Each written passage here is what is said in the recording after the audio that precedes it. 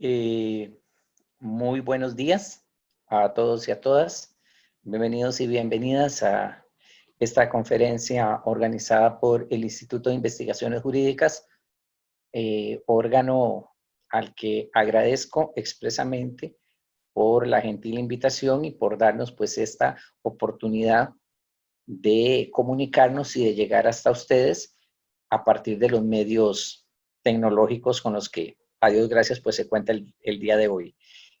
Para quienes no me conocen, soy Manuel Rojas, soy docente de la Facultad de Derecho en el área de Derecho Penal.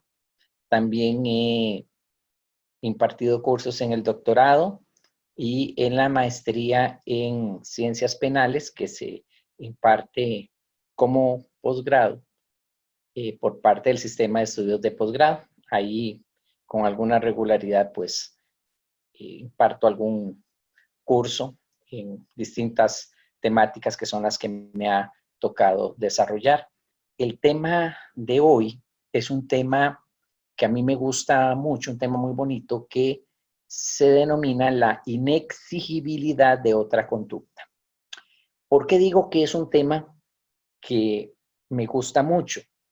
Porque ciertamente creo que la gran desconocida o la cenicienta en la teoría del delito viene a ser el aspecto de la culpabilidad.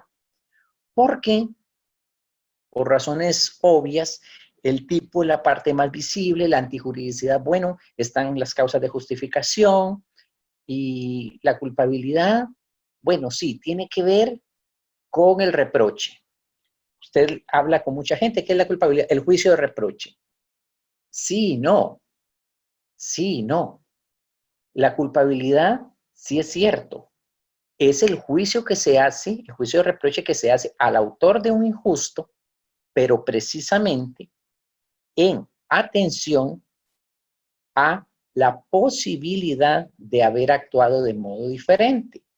De ahí que entonces, como bien se dijo en algunas resoluciones de sala constitucional, en aquellos tiempos en su inicio, se señaló que a una mayor culpabilidad, mayor pena. ¿Qué es lo que se quiere decir con esto? Bueno, que si había una mayor oportunidad o posibilidad de actuar de un modo distinto a cómo se hizo, pues el reproche será mayor. Hay quienes dicen, bueno, lo relativo a la culpabilidad está en el artículo 71 del Código Penal. Sí, no. Sí, no, porque lo que establece el 71 del Código Penal, pues, es aquel cúmulo de circunstancias o de situaciones que el juzgador, el tribunal correspondiente, va a tener que tomar en consideración para los efectos de la dimensión del juicio de reproche. Pero ya todo esto es cuando hay un juicio de reproche. Ahora bien, como les indicaba anteriormente, el juicio de reproche se hace con base en esa exigibilidad de otro comportamiento, en esa exigibilidad de un comportamiento distinto y que el ordenamiento se encuentra en la posición de exigir al sujeto un comportamiento distinto a aquel que ejecutó. Pero por eso les decía, si la culpabilidad es la cenicienta en lo que respecta a la teoría del delito, la inexigibilidad de otra conducta o la exigibilidad de otra conducta, su contrapartida, vienen a ser todavía más desconocidas y son lo que yo llamo la cenicienta de la cenicienta.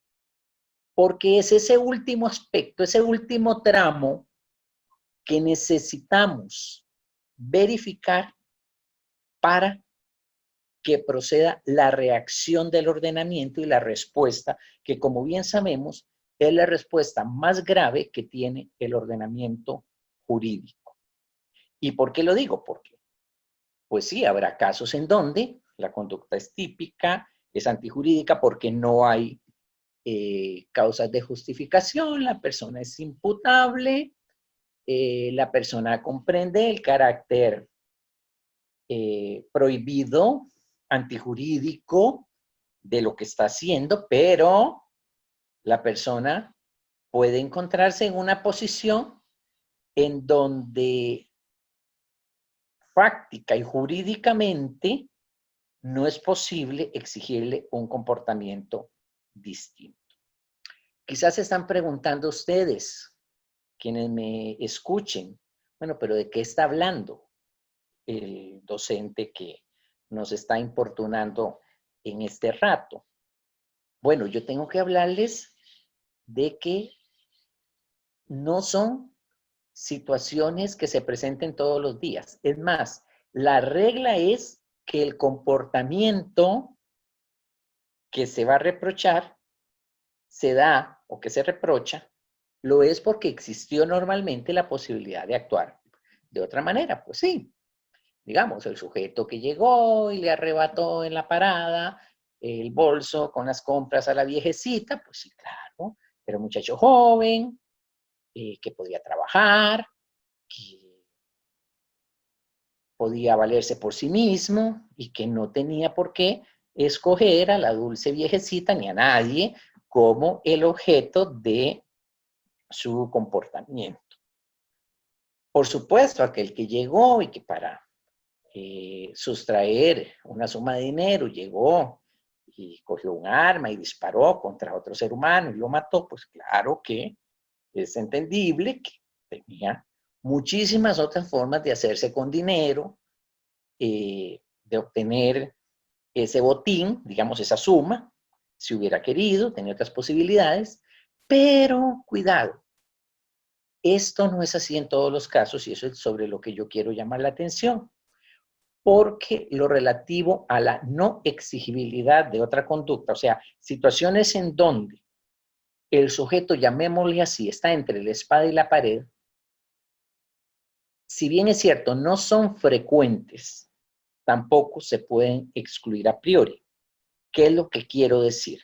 La regla es, hay una exigibilidad de un comportamiento distinto en la mayor parte de los casos. Pero ojo, no siempre. Y eso es en lo que se centra precisamente mi reflexión del día de hoy. ¿Y por qué lo digo? Porque hay un video por ahí que circula, me parece que es en YouTube, el asunto de un caballero que es un guardavías, ¿verdad? Un guardavías o guardagujas, como le quieran llamar aquí, creo que no tenemos esa figura gracias al amplio desarrollo en materia ferroviaria, ¿verdad? Del que gozamos, tan propio de países como el nuestro. Pero hay lugares en que sí, donde hay una persona que tiene que estar atento o atenta a realizar los cambios en las vías del tren para que el tren circule por un lado y digamos que no existan colisiones, etcétera, porque las colisiones de trenes son, no es que no se den, pero realmente se dan muy pocas. Bueno, el guardavías o el encargado, guardagujas, como le quieran llamar, es esta persona. En ese video se observa claramente que cuando el señor se percata, su hijo pequeñito, su hijo de unos 3 añitos, sube a la vía y está jugando en esa vía. En ese momento viene el tren cargado de pasajeros. Si él hace el cambio de la vía, mejor dicho, si no realiza el cambio de vía, el tren se va a ir al precipicio y van a morir un número indeterminado de personas, otras van a salir heridas, etc. Pero si realiza ese cambio, su hijo va a quedar en la vía del tren. Su hijo está muy lejos y ya no puede. Él, por más que le dice, el niño no oye, el niño está ocupado, está en sus cosas. ¿Qué hace ese sujeto ahí? En esa posición. Es que él, me puede decir, él es el guardavías. Él sabe lo que tiene que hacer, no tenía que descuidar al niño. O, bueno, quienes hemos tenido algún niño pequeño en algún momento, bien sabemos que es lo más impredecible el asunto. Y aunque a veces se le cuide mucho, habrá alguna travesura que nos hicieron. En ese caso le tocó al señor y El hijo está ahí. ¿Qué hace este hombre?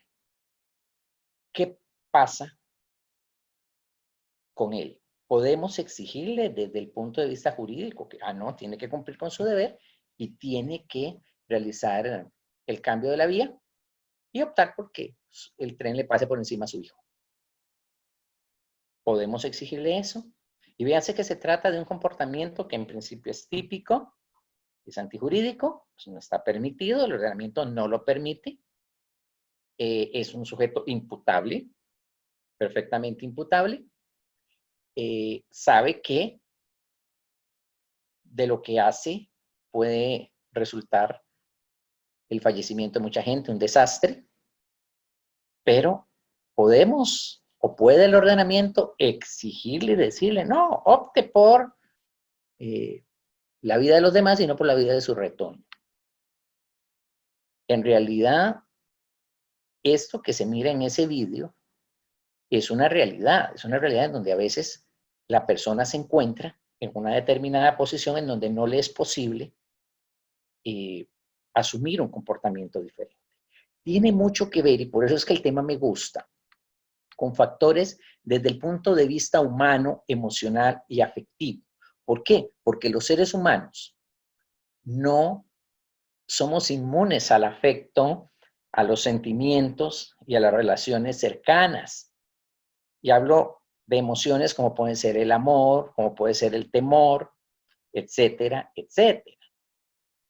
Y eso pues se ha puesto de manifiesto sobre todo en estos tiempos de pandemia, en donde el distanciamiento nos ha obligado, y ha sido duro, lo sabemos, pues nos ha puesto en la posición de no poder visitar a seres queridos, de no poder estar con quienes queremos y que no vemos frecuentemente por una situación de sanidad, ¿verdad? Por un problema sanitario.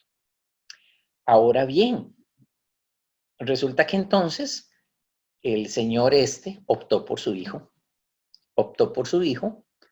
y se hizo un desastre. Se realizó ahí, el tren se descarriló, se fue por un precipicio, murió una gran cantidad de gente y a él lo acusa. En este caso estaríamos ante una conducta típica, antijurídica, una persona imputable, una persona que comprende el carácter de sus actos, pero alguien que estaba en una posición en donde no se le podía exigir un comportamiento distinto. ¿Cómo definimos entonces la exigibilidad de otra conducta y la no exigibilidad de otra conducta? Alguien un día, muy inteligentemente, me lo definió de esta manera. Me dijo así, y desde entonces tomo esta definición. Una persona que creo que hoy está ocupando un cargo en la judicatura, la persona dijo, es un abanico de posibilidades, la exigibilidad de un comportamiento distinto. Un abanico de posibilidades que puede estar muy abierto o puede ser más cerrado. Y en ocasiones ese abanico está totalmente cerrado. Y es que, si bien es cierto, no es frecuente el asunto, a veces la situación se presenta.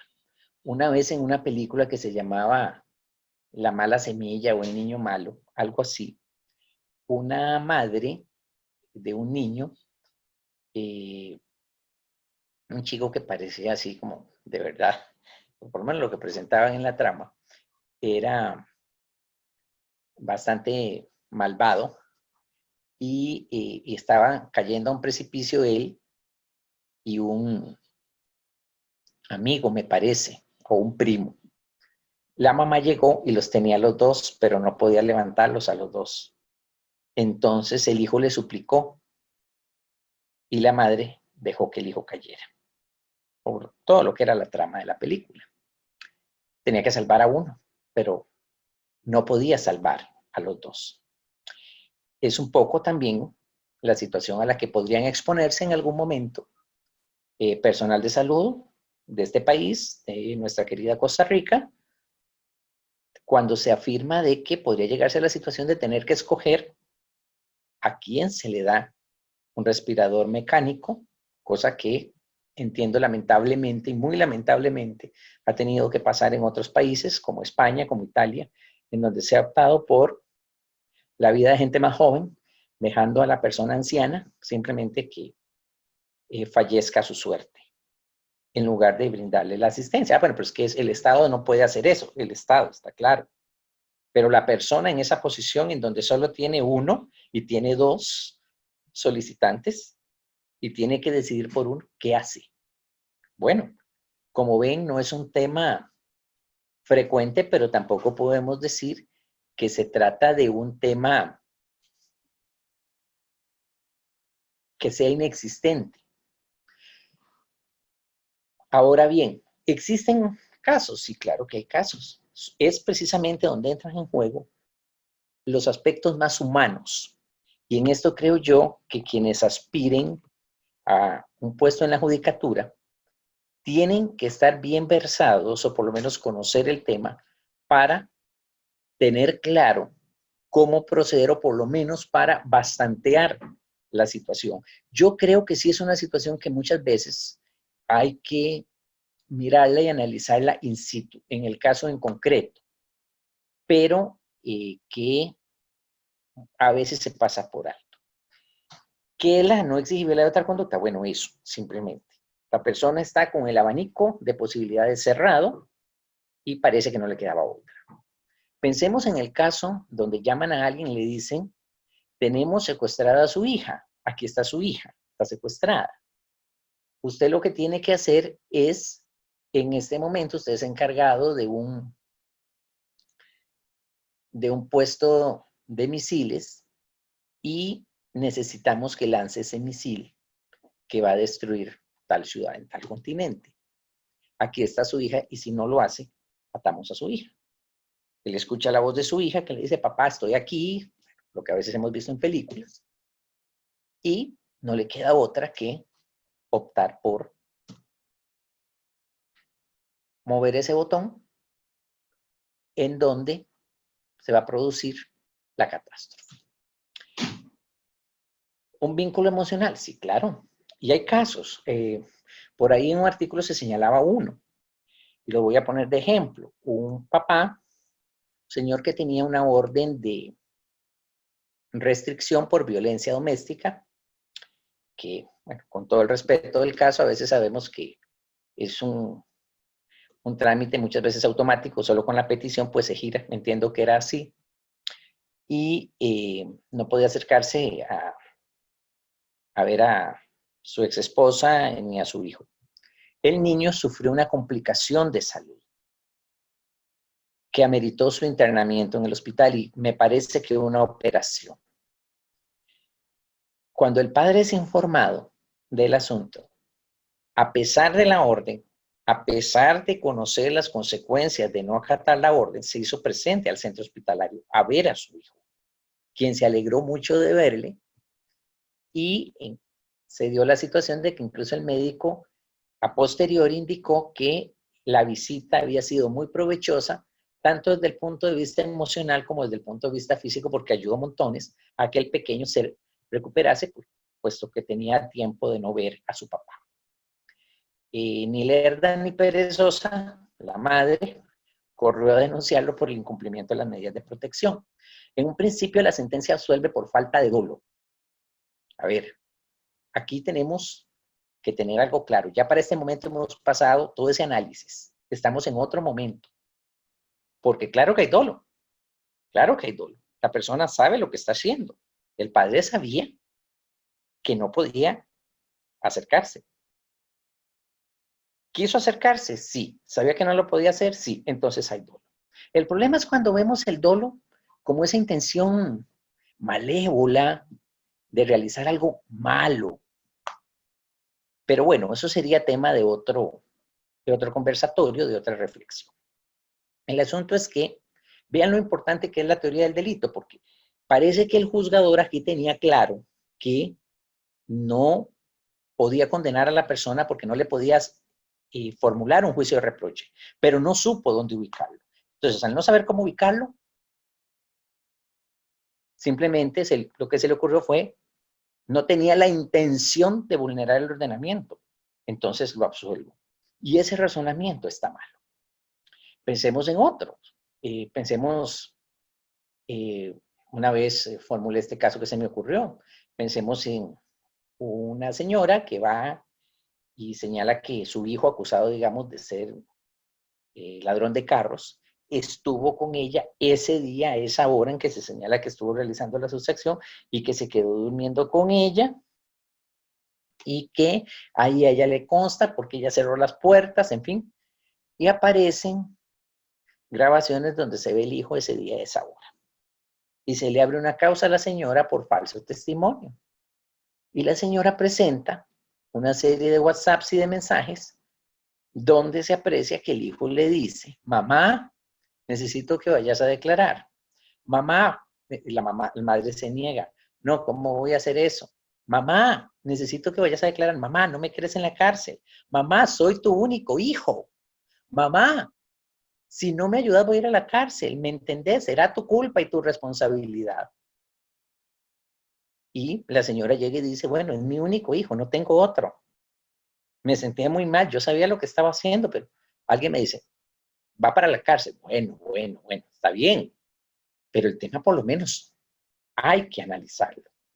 El tema no es tampoco tan sencillo de pasar porque hay un vínculo y un vínculo fuerte. Pensemos igualmente en, digamos, situaciones de encubrimiento entre parientes. Cuando alguien ha hecho algo y hay una persona cercana, a veces no digamos un pariente, pensemos en este caso. Pensemos en un caso que a veces se me ha ocurrido poner como ejemplo.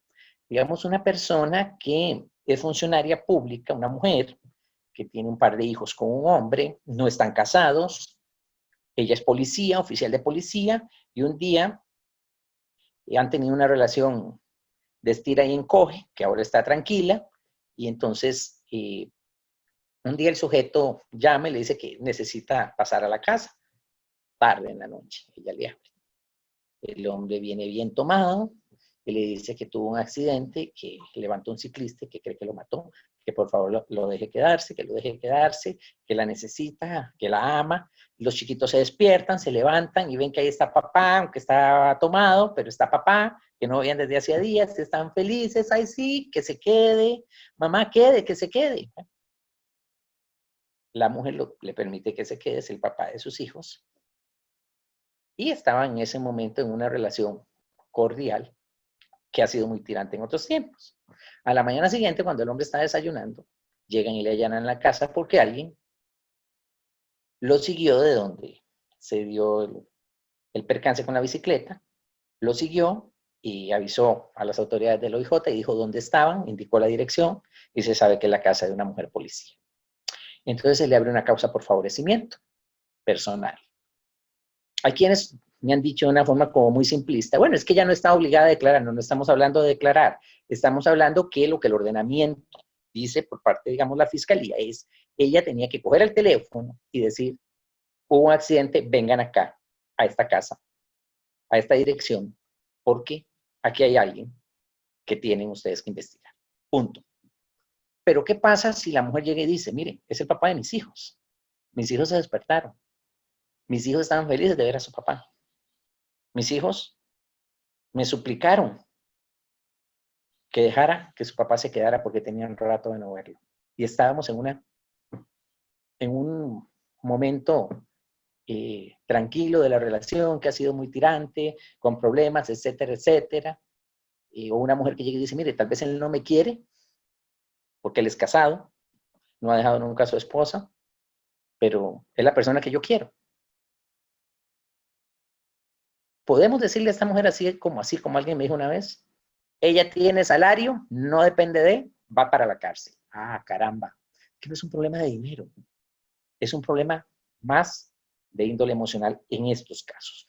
Hay además otros supuestos a los que me quiero referir en cuanto a la no exigibilidad de otra conducta, que aquí la tenemos como un genérico en el numeral 38 de nuestro Código Penal. que establece literalmente lo siguiente: no es culpable quien obra bajo coacción o amenaza de un mal actual grave, sea o no provocada por la acción de un tercero, cuando razonablemente no pueda exigírsele una conducta diversa. Podrán decir, bueno, pero expresamente no dice no exigibilidad de otra conducta. Bueno, se desprende de ahí y de todas maneras es una situación que en la dogmática está establecido. Y una situación también que tiene que ver, por eso es que hay que conocer teoría del delito, precisamente con ese aspecto tan importante como es la imposición de una sanción, que es la etapa más grave y más delicada de todos los estamentos de la teoría del delito. Le señalaba que la inexigibilidad de otra conducta es la forma de resolver también situaciones en donde una causa de justificación va más allá y alcanza a alguien ajeno a esa causa de justificación. Este sería el caso. Pensemos en un asalto, cosas que lamentablemente pasan todos los días, digamos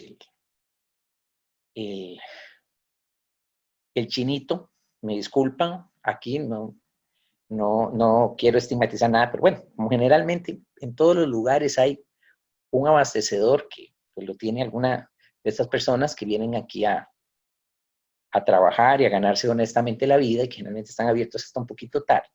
Digamos que el chinito tiene ahí abierto su negocio, su supermercado. Y un día entran 3 personas, uno se queda fuera del carro, entran 2, lo encañonan y le dicen que entregue el dinero. El chinito, hábil en artes marciales, y tiene ahí un arma, entonces resulta que forcejea con uno, agarra el arma, dispara a uno, dispara al otro y le dispara al tercero, que está afuera. Mató a uno, hirió al otro. Y el tercer balazo atravesó el vehículo que estaba afuera. Y resulta que ese tercer balazo, que era lanzado y que impactó y atravesó el vehículo de los asaltantes, siguió más allá y le pegó en la cabeza a una viejecita que siempre venía al final del día a comprar un pancito para el día siguiente su desayuno y se quedaba conversando con el dueño del abastecedor, o sea, una parroquiana del lugar, incluso una amistad del dueño del establecimiento.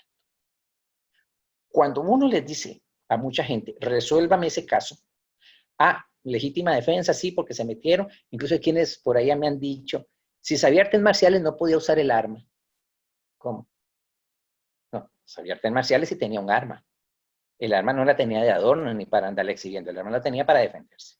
Digamos, un arma en todas las condiciones en regla y alguien que sabe tirar y sabe cómo manejar. El tercer balazo no tenía que hacerlo porque el otro estaba en el carro y estaba afuera. Perdón. Era uno de los asaltantes, estaba ahí en el carro afuera, él dispara. Dejemos eso de lado. Digamos que hay legítima defensa, pero los familiares de la viejecita, la señora esta que venía para el supermercado y venía corriendo aparte porque ya le cerraban, era casi la hora del cierre. ¿Qué pasa en este caso? Hay quienes me han llegado y me han dicho, eso es un acto culposo. ¿Cómo un acto culposo? Sí, claro. ¿Por qué? Porque no había intención de matar a la viejita. No, perdón. Entonces, ¿qué es un problema de dolo? Recuerden que la teoría del delito es un sistema de filtros y de estamentos. Entonces, ya para este momento en que estamos analizando esto, tenemos que saber que la conducta es dolosa. Simplemente que no es antijurídica por una legítima defensa en lo que se refiere a los asaltantes, pero sí es antijurídica en lo que se refiere a la señora esta. El hecho de que sea antijurídica implica que respecto a la señora hay un injusto de homicidio, pero esto no quiere decir que tengamos que mandar al comerciante a la cárcel. Eso se resuelve por la no exigibilidad de otra conducta, ¿verdad? Pensemos también, digamos, en otro caso, así hipotético. Un están custodiando, digamos, a un dignatario, presidente, y hay información de que va a haber un atentado. Uno de los guardaespaldas está con el dispositivo de seguridad, ve una luz, digamos, de un techo allá alto de un edificio, piensa que es un francotirador, corre y se lanza sobre el mandatario.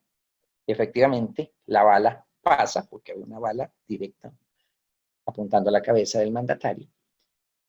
El mandatario y el guardaespaldas caen, en lo que caen, están en una tarima, se llevan la mesa, una vajilla china se hace añicos, y resulta que como era una tarima, empujan la mesa rodando, hacen que pierda el equilibrio una embajadora, una mujer, que cae, se fractura la cabeza. El presidente resulta con un brazo fracturado por la acción del guardaespaldas. Y la gente me dice, bueno, ahí hay un estado de necesidad. Claro, hay un estado de necesidad. Pero nótese que el estado de necesidad fue más allá. Fue más allá. Pero, es una acción culposa. ¿Cómo culposa? ¿Cómo va a ser culposo? El guardaespaldas tenía, en ese momento, en esos segundos, tenía que medir bien, apuntar bien y decir, me voy a tirar en contra del mandatario, pero vamos a caer el mandatario y yo en un ángulo tal, de forma tal de que no le pase nada a la mesa ni le pase nada a nadie más. No, el derecho no es así. Creo que a veces los operadores del derecho, los abogados, por ser estudiantes de derecho, porque creo que todos lo tenemos que seguir siendo, somos a veces muy encajonados o cuadrados y nos ponemos a exigir cosas que desde el punto de vista humano pues no se pueden exigir. ¿Cómo se resolvería aquí la muerte de la embajadora y esta digamos, otra mandataria que estaba ahí? Bueno, se resolvería por la no exigibilidad de otra conducta. El problema es cuando no dominamos la teoría del delito y cuando pretendemos en este momento una situación de dolo. Sacar en este momento una situación de dolo, porque el asunto no es así. El asunto es simple y sencillamente una situación en donde la causa de justificación alcanzó a alguien totalmente ajeno a la situación y definitivamente esa persona no tenía por qué soportar ese daño que se le infligió. Y entonces, bueno, ahí se resolvería como la no exigibilidad de otra conducta. ¿Qué se hace? Bueno, se tiene un injusto, hay una responsabilidad civil, pero hasta ahí. No habría un juicio de reproche porque no tiene por qué haberlo. Y esto, como les digo, puede pasar en múltiples situaciones. Recuerdo una vez con una fuga que hubo en el centro penitenciario La Reforma, que ahora tiene otro nombre, bueno, cuando se llamaba La Reforma, hubo un grupo de privados de libertad que iban rodeados como escudo humano con varios oficiales de seguridad. Uno de ellos disparó, uno de los privados de libertad, tenían las armas de los policías, se las habían quitado, disparó contra los que no les estaban dando espacio y los otros respondieron al disparo. Lamentablemente, pues, o sea, murieron varios de los privados de libertad y murió también uno de los oficiales. Pues sí, se entiende que hay que investigar y demás, pero alguien por ahí yo vi que había salido diciendo, bueno, es que se está investigando un posible homicidio culposo. Y yo, ¿culposo? No, perdón, ¿cuál culposo? Eso no es de falta al deber de cuidado. Quienes respondieron al fuego. Responden en una legítima defensa, simple y sencillamente que esa legítima defensa va más allá y alcanza a alguien que no era uno de los agresores. Como ven, el tema da para manejarlo y quiero muy, muy respetuosamente, de verdad, instarles a que no lo dejen de lado. Es a veces de lo que menos incluso hablan los tratados, pero me parece a mí que es un tema de mucha actualidad y un tema también muy interesante. Muchas veces no es fácil la situación, pero tenemos que ponernos en el proceder de la persona o en los zapatos de la persona que está actuando. A mis alumnos incluso les he puesto un ejemplo, como que un día llega la mamá a la casa y llega ensangrentada y les dice que mató a alguien. Ellos están en su apartamento, entonces le dice, pero mamá, ¿qué hiciste? Y le dice, maté a alguien, déjame pasar, necesito deshacerme del cuchillo, necesito quitarme la ropa, necesito cambiarme, necesito lavar la ropa, borrar todas las huellas de sangre. Y ustedes son estudiantes de Derecho, ¿qué hacen? Y la mamá todavía les dice, si no me meten a la cárcel. Y ha sido producto de mi esfuerzo que estás en este apartamento, que estoy pagando con mucho sacrificio. Y a quien di muerte es aquella mamá de aquella expareja tuya que estaba hablando mal de vos y yo no resistí, así que fue por defenderte, no vas a permitir esto que le pase a tu madre. Bueno, ¿qué me dicen el 99% de mis estudiantes?